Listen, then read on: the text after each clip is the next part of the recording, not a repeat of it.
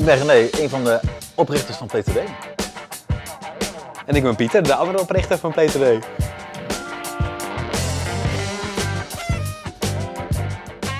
...2012, hè?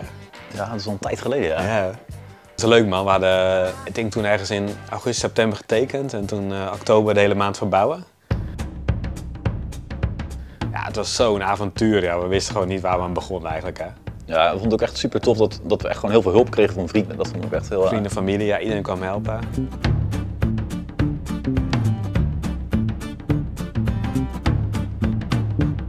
Waren we nog jonger, nee? Ja, inmiddels wat grijzer. Jij was denk ik 27? 28 was ik, ja. 28, ik was 30 of 31, ja.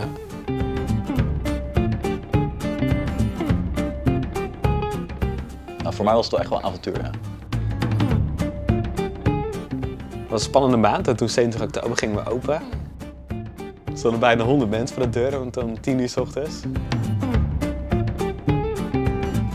Ja, en toen deden we de deur open en er was ook echt die 100 mensen, die konden gewoon niet de winkel om. Nee, dat was past gewoon niet, hè. Voor mij kreeg ik van een klasgenoot te horen van, oh, er is een Lego winkel in Gouda. Ik ben wel naar de opening geweest, maar toen was ik, dat is ook alweer 10 jaar geleden, was ik 5, 6 of zo. Ja. Dat was echt overweldigend. Ik wist gewoon, ik durfde ook gewoon niet achter de kassa te staan. Ja.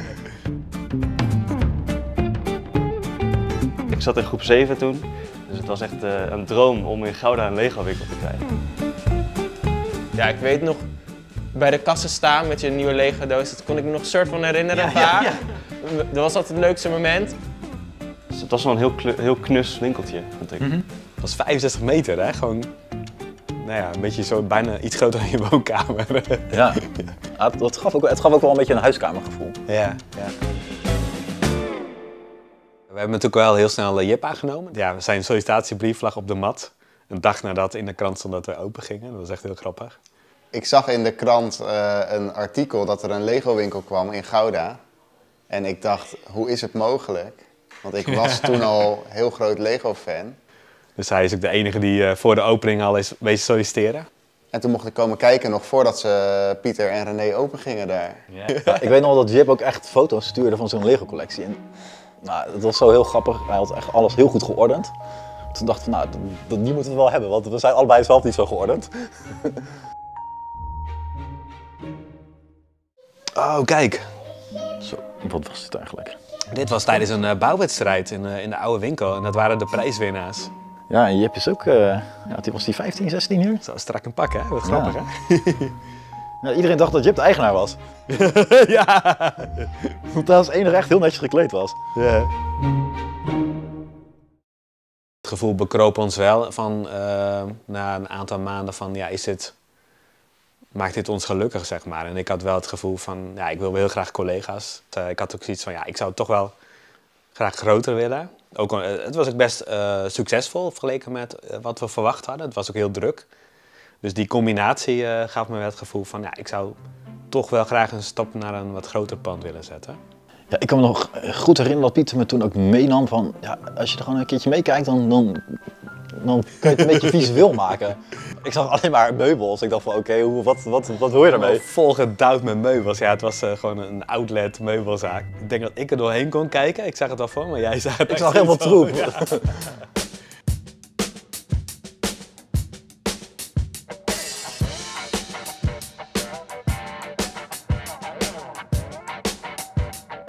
Ik weet nog wel dat ik me echt afvroeg, hoe heb je zo'n grote winkel, hoe kan je dat vullen met Lego? Echt, het was zo groot was dat.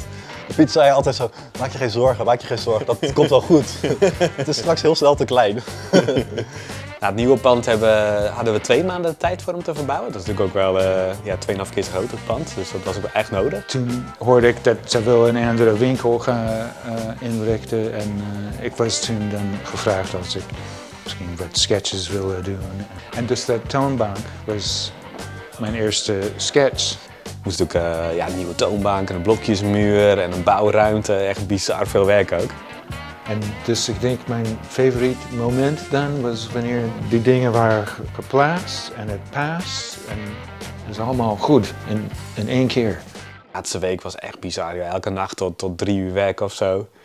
En vitrines maken nog ondertussen. Wat ik weet is, jij bouwde natuurlijk Naboo hier zo. Ik bouwde daar zo. Daarnaast bouwde ik Lone Ranger.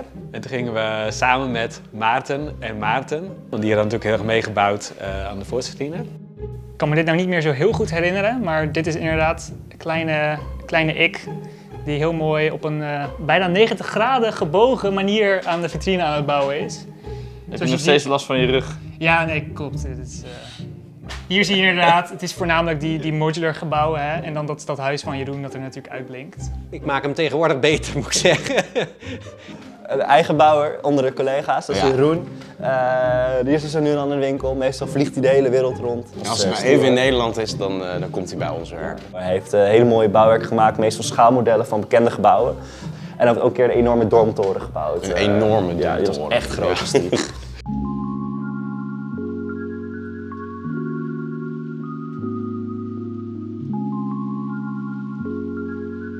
Voor mijn laatste nacht was misschien wel 5 uur of zo voor de opening. Ja, het was echt maar 3 uurtjes geslapen of zo. Ik kan me wel herinneren dat jij de nacht voor de opening als langste bleef om mij te helpen, zeg maar. Op een gegeven moment lag je wel op de grond, want je kon helemaal niks meer, dat weet ik toch.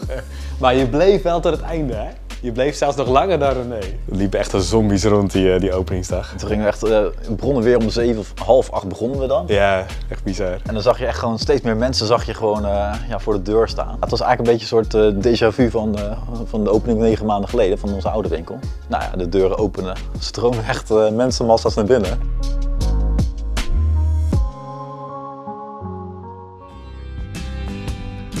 Volgens mij zijn we best wel snel begonnen met kinderfeestjes. Kinderfeestjes die houden eigenlijk in dat kinderen hier naartoe komen naar onze winkel. En er worden allemaal spelletjes gedaan. Denk aan een wedstrijd bouwen, een toren bouwen. Het eerste feest was de dochter van onze huurbaas. Oh ja, klopt ja. Die heb jij toen gegeven, ja. Ja, dat hebben we samen heel vaak gedaan. Hè? Ik denk dat we wel een aantal 100 feestjes hebben gedaan inderdaad zeker, samen. Zeker. We zijn de kinderfeestjesmasters. Ja, ik weet nog dat Pieter het idee had van een volwassen bouwwedstrijd.